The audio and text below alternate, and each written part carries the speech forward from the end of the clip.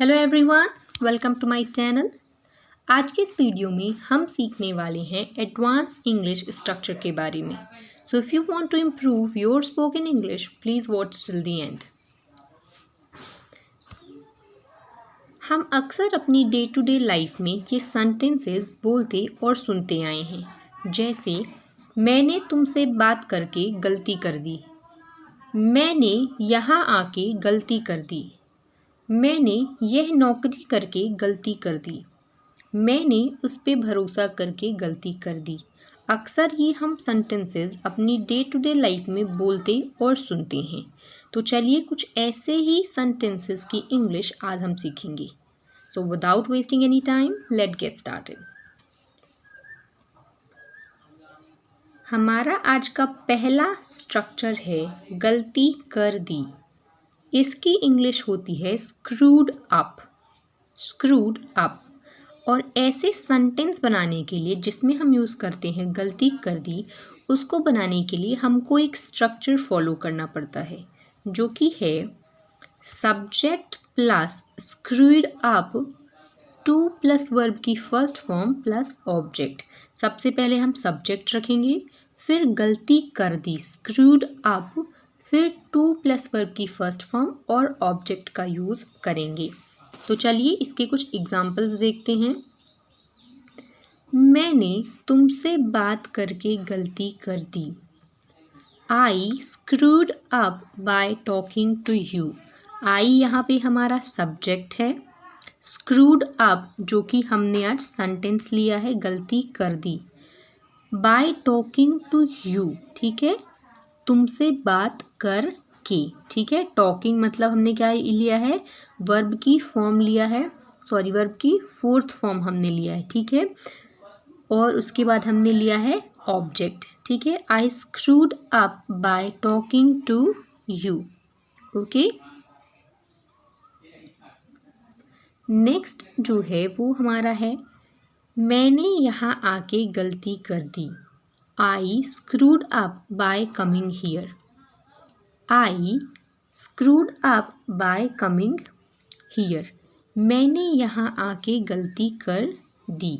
आई screwed up subject है, फिर screwed up by coming here, आके गलती कर दी, ठीक है। मैंने यहाँ आके गलती कर दी। I screwed up by coming here, ठीक है। आपको यहाँ पे याद रखना है वर्ब की फर्स्ट फॉर्म नहीं, यहाँ पे वर्ब की फोर्थ फॉर्म यूज होगी, ओके। नेक्स्ट हमारा जो है एग्जाम्पल है मैंने तुमसे रिश्ता रख के गलती कर दी। मैंने तुमसे रिश्ता रख के गलती कर दी। I screwed up by being in a relationship with you. मैंने तुमसे रिश्ता रख के गलती कर दी। I screwed up by being in a relationship with you. Next हमारा जो एग्जाम्पल है वो है मैंने यह नौकरी करके गलती कर दी। I screwed up by taking this job. I screwed up by taking this job. मैंने यह नौकरी करके गलती कर दी। मैंने उस पर भरोसा करके गलती कर दी। I screwed up by trusting him. I screwed up by trusting him. मैंने उस पर भरोसा करके गलती कर दी। मैंने अपने माता पिता की बात ना सुनकर गलती कर दी। I screwed up by not listening to my parents. I screwed up by not listening to my parents. I यहाँ पे सब्जेक्ट है, स्क्रूड अप जो हमने वर्ड लिया है, बाय नॉट लिसनिंग, ठीक है, नेगेटिव है ना, नहीं सुनकर, लिसनिंग जो है वर्ब की fourth form, to my parents हमारा क्या हो गया, अदर वर्ड्स, ठीक है। मैंने ज़्यादा बोलकर गलती कर दी। मैंने ज़्यादा बोलकर गलती कर दी। इसकी इंग्लिश आप मुझे कमेंट बॉक्स में बताएंगी, ओके। नेक्स्ट हमारा स्ट्रक्चर है मायने नहीं रखता।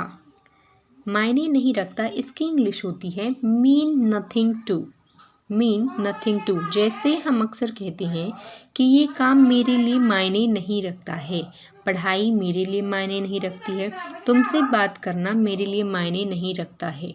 इसका स्ट्रक्चर होता है subject plus mean nothing two plus object. Subject लेंगे, मीन नथिंग टू और प्लस ऑब्जेक्ट लेंगे। ओके, तो चलिए इस सेंटेंस का यूज़ करके कुछ एग्जाम्पल्स देखते हैं। ठीक है, जैसे आपकी बातें मेरे लिए कुछ भी मायने नहीं रखती हैं। आपकी बातें मेरे लिए कुछ भी मायने नहीं रखती हैं। Your words mean nothing to me. Your words mean nothing to me. Your हमारा यहाँ पे क्या है, सब्जेक्ट की तरह यूज़ हुआ है। ठीक है, वर्ड जो है वो क्या है, हमारा कह सकते हैं योर वर्ड्स हमारा सब्जेक्ट है। मीन नथिंग टू जो कि हमने है ना बीच में रखा है, टू मी लास्ट में हमारा क्या है, ऑब्जेक्ट। आपकी बातें मेरे लिए कुछ भी मायने नहीं रखती हैं। Your words mean nothing to me. ठीक है, बातें यहाँ पे हमने वर्ड्स लिया है इसलिए हमने यहाँ पे मीन किया है, लेकिन अगर यहाँ पे कुछ क्या होगा, सिंगुलर होगा, उसके लिए हम मीन्स यूज़ करेंगे। ठीक है, सिंगुलर अगर यहाँ पे कोई सब्जेक्ट है उसके लिए हम सिंगुलर वर्ब का यूज़ करेंगे। ठीक है, आपकी राय मेरे लिए कुछ भी मायने नहीं रखती है। Your opinion means nothing to me. Your opinion means nothing to me. आपकी राय मेरे लिए कुछ भी मायने नहीं रखती। योर ओपिनियन यहाँ पे सब्जेक्ट की तरह यूज़ हो रहा है, मीन्स नथिंग ये हमारा वर्ब की तरह यूज़ हो रहा है, टू मी जो है वो क्या है, ऑब्जेक्ट की तरह यूज़ हो रहा है। ठीक है, your opinion means nothing to me. Okay, next है हमारा आपकी धमकियाँ मेरे लिए कुछ भी मायने नहीं रखती हैं। मीन्स नथिंग टू मी का यूज़ करके आपको इसकी इंग्लिश बनानी है। ठीक है,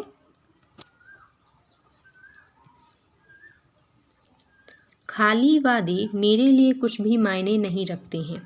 empty promises mean nothing to me. खाली वादे मेरे लिए कुछ भी मायने नहीं रखते हैं। Empty promises means nothing to me, sorry mean nothing to me. Okay, next हम देखते हैं अपना स्ट्रक्चर, बिगड़ते जाना। इसकी इंग्लिश होती है गेटिंग स्पॉइल्ड। स्ट्रक्चर इसका क्या होता है, सब्जेक्ट लेंगे फर्स्ट प्लेस पे, सेकेंड प्लेस पे हेल्पिंग वर्ब, थर्ड प्लेस पे यूज़ करेंगे गेटिंग स्पॉइल्ड और ऑब्जेक्ट।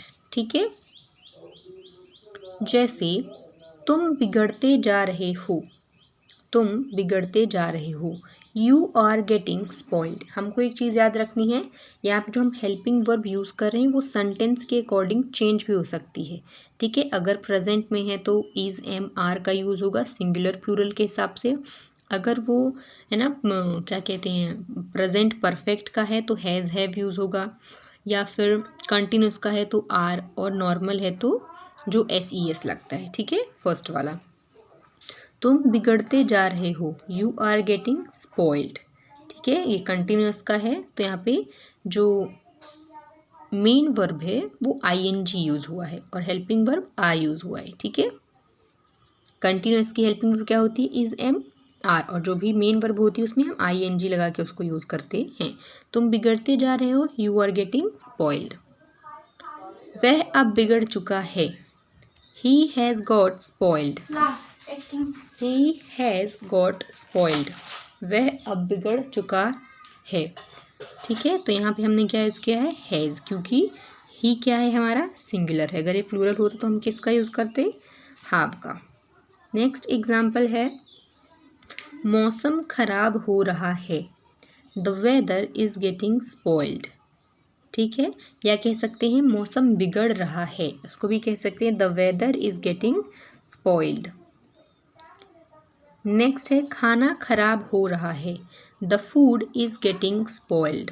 खाना खराब हो रहा है, the food is getting spoiled.